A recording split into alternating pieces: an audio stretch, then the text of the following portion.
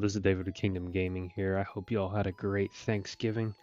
Today we're going to be going over there's two kinds of disqualifications that I kind of see in the Bible, and we're just going to go over them a little bit. The first part we're going to start in is First Samuel chapter 17.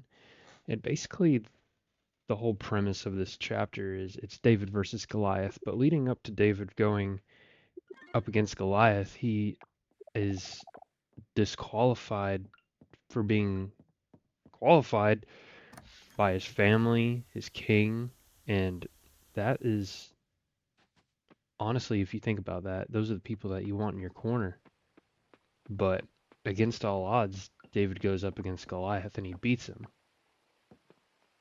And the courage that took when your brother, your father, your king are just telling you you're not worthy. So I'm going to start by reading 1 Samuel chapter 17, 30, and I'm going to read verses 33 through 50. And Saul said to David, "You are not able to go against this Philistine to fight with him, for you are a youth, and he is a man of war from his youth." But David said to Saul, "Your servant used to keep his father's sheep, and when a lion or a bear came and took a lamb out of the flock, I went out after it, and I struck it, and delivered the lamb from its mouth. And when it arose against me, I caught it by its beard and struck and killed it. Your servant has killed both lion and bear, and this uncircumcised Philistine will be like one of them, seeing he has defied the armies of the living God."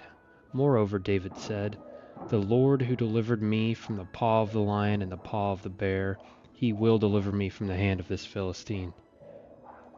And Saul said to David, "Go, and the Lord be with you." So Saul clothed David with his armor, and he put on a bronze helmet on his head. He also clothed him with a coat of mail. David fastened the sword to his armor, and tried to walk, for he had not tested them. And David said to Saul, "I cannot walk with these, for I have not tested them." So David took them off. I'm going to pause right there and kind of go over that a little bit. The way I see that is Saul tried to put the armor of the world on him, which is what a lot of people try to do. They try to put the worldly armor on, and it didn't fit him. He had to go with God's armor, and he walked it out. If he had gone in with Saul's armor, it didn't fit him. He would have stumbled. He would have fell. He wouldn't have been able to. He didn't have the strength to go up against him sword to sword. So we're going to continue on. Then he took his staff in hand, and he chose for himself 5 smooth stones from the brook, and put them in a shepherd's bag, in a pouch which he had, and his sling was in his hand. And he drew near to the Philistine. So the Philistine came and began drawing near to David, and the man who bore the shield went before him. And when the Philistine looked about and saw David, he disdained him, for he was only a youth, ruddy and good-looking. So the Philistine said to David, "Am I a dog that you come to me with sticks?" And the Philistine cursed David by his gods. And the Philistine said to David, "Come to me, and I will give your flesh to the birds of the air and the beasts of the field." Then David said to the Philistine, "You come to me with a sword and a spear, with a javelin. But I come to you in the name of the Lord of hosts, the God of the armies of Israel, whom you have defied. This day the Lord will deliver you into my hand, and I will strike you and take your head from you. And this day I will give you the carcasses of the camp of the Philistines to the birds of the air and the wild beasts of the earth, that all the earth may know that there is a God in Israel. Then all this assembly shall know that the Lord does not save with sword and spear, for the battle is the Lord's, and he will give you into our hands." So it was, when the Philistine arose and came near to meet David, that David hurried and ran towards the enemy to meet the Philistine.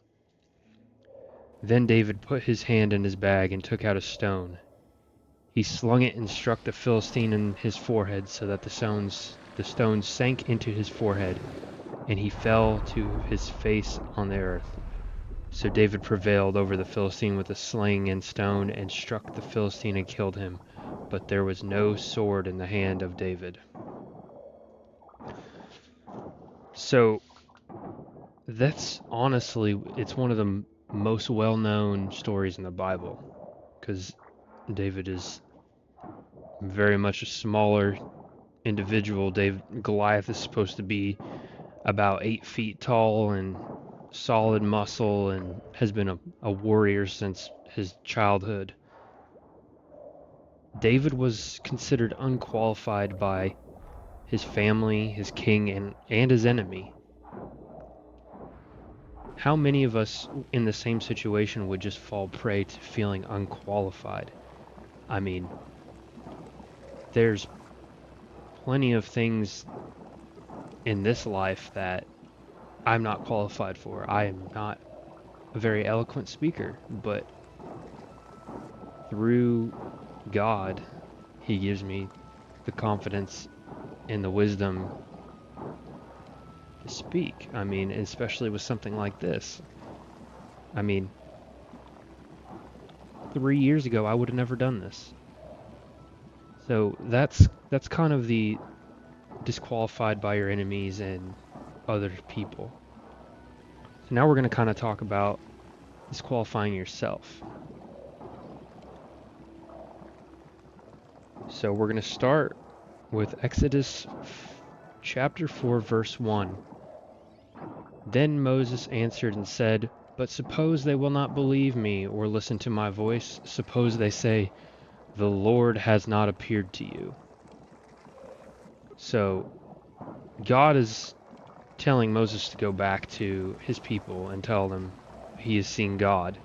And Moses is trying to disqualify himself and say, what if they don't believe me?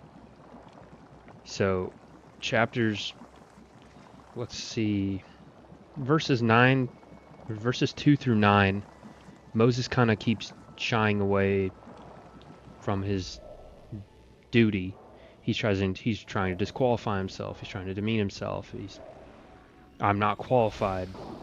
And God keeps providing him proof, keeps providing him with the answers. So then we get to verses 11 and 12. So the Lord said to him, "Who has made man's mouth? Or who makes the mute, the deaf, the seeing, or the blind? Have not I the Lord? Now therefore go, and I will be with your mouth and teach you what to say." So this right here, God is qualifying Moses. This can also be interpreted as God does not call the qualified, He qualifies those He calls.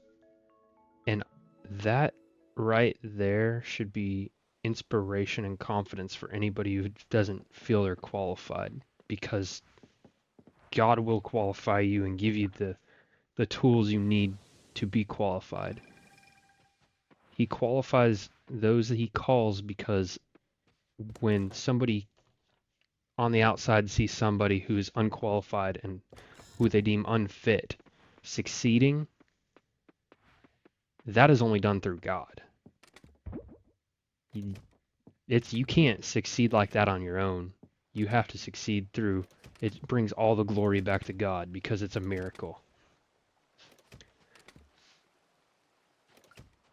So kind of to recap that, you're not disqualified because you're not qualified. Anytime you feel that way, you should just remember these stories. And I mean, in Exodus chapter 4, verse 10, Moses said to the Lord, "Pardon your servant, Lord. I have never been eloquent, neither in the past nor since you have spoken to your servant. I am slow of speech and tongue." And that is when the Lord came out and said, I interpreted it as, God does not call the qualified, he qualifies those he calls. So that right there is just inspiration to me. I mean, I sit here and I try to figure out how I'm going to do these videos and what to say, and then out of nowhere I get a word and it just starts with one thing and then it goes to the next thing. This is helping me better myself and learn how to put these together. Also, it's helping me be more familiar with my Bible and is getting me more confident, which is something I never thought I would do. So, anything that I can do to spread the word of God and potentially have somebody hear something that resonates with them, that is amazing. That's what I'm here to do.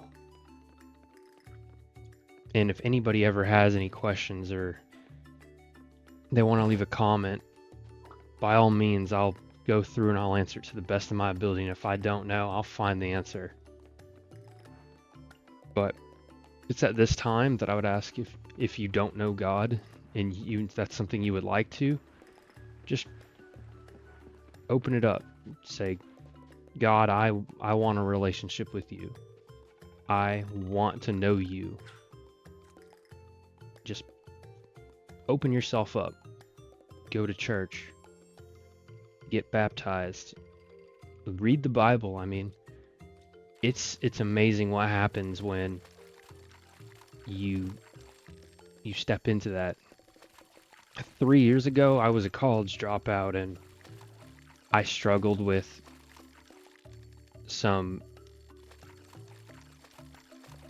lying to my future wife, and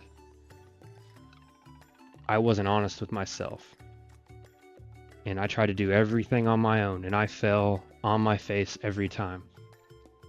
I tried to go back to school. I tried to do it all on my own.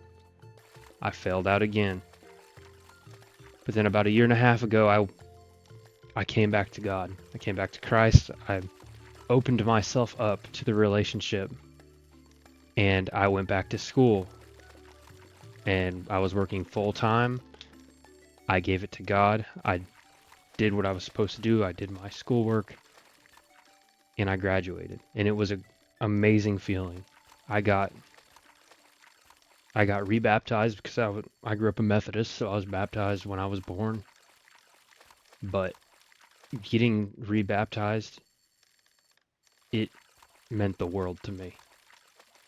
And it opened my eyes up to everything the kingdom has to offer.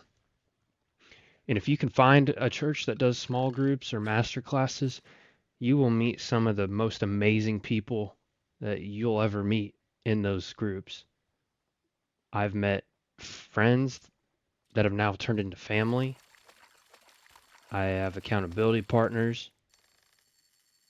I have spiritual mothers and fathers.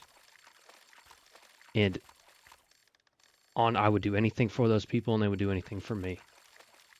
So if you don't feel like you belong somewhere, just go out and try to, even online, there's Discord groups for like-minded people.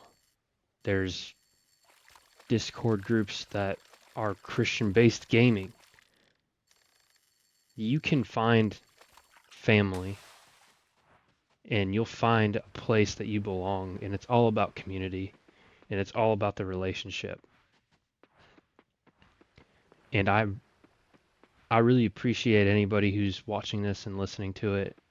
As I get more confident with this, I expect to grow and kind of delve into some other things. Maybe eventually I'd like to live stream and maybe answer some questions for people who aren't sure about their faith or want to know a little bit more. But I'm going to wrap this up. I'm going to end with the Lord's Prayer, as we're going to do this every time. So, Our Father in heaven, hallowed be your name. Your kingdom come, your will be done on earth as it is in heaven. Give us this day our daily bread, and forgive us our debts, as we forgive our debtors. And do not lead us into temptation, but deliver us from the evil one. For yours is the kingdom and the power and the glory forever. Amen.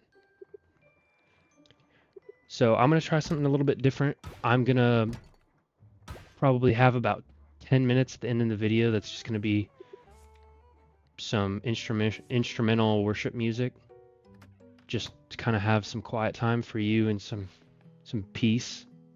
Take that time to either get right with yourself or get right with God. But until next time, this is David with Kingdom Gaming, and I hope to see you next time.